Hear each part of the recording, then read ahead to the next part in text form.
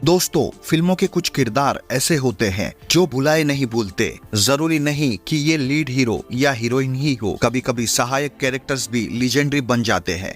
इन्हीं में से एक थे सबको हंसाने वाले उत्पल दत्त। 70 के दशक में उत्पल दत्त मशहूर कॉमेडियन के रूप में जाने जाते थे। फिल्म गोलमाल में अमोल पालेकर के साथ उन्होंने लोगों को खूब हंसाया था। अभिनेता होने के साथ साथ उत्पल दत्त राजनीतिक कार्यकर्ता भी थे, जिसकी झलक उनकी फिल्मों में दिखाई देती थी। उन्होंने हिंदी और बंगाली सिनेमा में अमिट छाप छोड़ी थी। उनकी फिल्मों को देखकर दर्शक तो खुश होते थे, लेकिन सरकार नाराज हो जाती थी। अपनी फिल्मों के माध्यम से वो सरकार पर तंज कसते थे। इसी का नतीजा था कि आजाद भारत में उन्हें जेल जाना पड़ा था। उनसे जुड़ी कई खास बातें हैं जिनके बारे में आज के दौर में शायद कम ही लोग जानते हैं। उत्पल दत्त का जन्म 29 मार्च 1929 को बांग्लादेश के बारिसाल में हुआ था। उनके पिता का नाम गिरिजा रंजन दत्त था और उनकी मां का नाम शैला दत्त था। उन्होंने अपनी शुरुआती पढ़ाई शिलोंग से की थी। यहाँ से आगे की पढ़ाई के लिए उनके पिता ने उन्हें कोलकाता भेज दिया। उत्पल दत्त ने अंग्रेजी साहित्य से ग्रेजुएशन किया। कॉलेज में पढ़ाई के दौरान ही उनका रुझान थिएटर की तरफ होने लगा था। उन्होंने साल 1960 में थिएटर और फिल्म अभिनेत्री शोभा सेन से शादी की। उत्पल दत्त और शोभा सेन की बेटी का नाम विष्णुप्रिया है, जो उनकी इकलौती संतान है।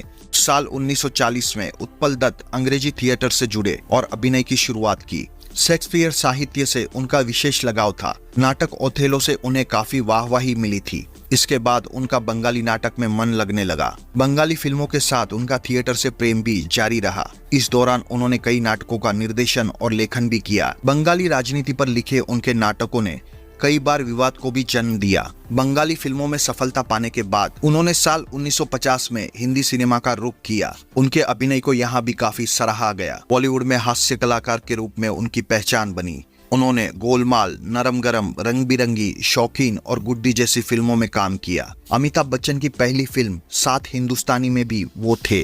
उत्पल दत्त कलाकार होने के साथ ही एक बड़े मार्क्सवादी क्रांतिकारी भी थे। उनके लिखे और निर्देशित कई बांग्ला नाटक विवादों में घिरे। साल 1963 का नाटक कल्लोल भी विवादों में घिरा। इस नाटक में नौसैनिकों की बगावत की कहानी को दिखाया गया था और तब की कांग्रेस सरकार पर निशाना साधा गया था। इसके बाद साल 1965 में उत्पल दत्त को कई महीनों के लिए जेल जाना पड़ा था। साल 1967 में जब बंगाल विधानसभा के चुनाव हुए, तब कांग्रेस को हार का सामना करना पड़ा। कांग्रेस की हार की वजह उत्पल दत्त की गिरफ्तारी भी मानी गई। वही जब देश में आपातकाल लगा तो उत्पल दत्त ने 3 नाटक लिखे। इनमें बैरिकेड, सिटी ऑफ नाइटमेयर्स और इंटर द किंग थे। उस समय सरकार ने तीनों नाटकों को बैन कर दिया था। उत्पल दत्त को उनके हुनर का सम्मान भी मिला। फिल्म भुवन शोम के लिए उन्हें साल 1970 में राष्ट्रीय पुरस्कार मिला। वही फिल्म गोलमाल के लिए उनको फिल्म फेयर बेस्ट कॉमेडियन के अवार्ड से नवाजा गया था। इसके अलावा भी उन्होंने कई अन्य अवार्ड्स अपने नाम किए। 19 अगस्त 1993 को उत्पल दत्त का दिल का दौरा पड़ने के कारण निधन हो गया और अपने नायाब अंदाज में अच्छा बोलने वाला अभिनेता अपने पीछे यादों का कारवां छोड़ गया।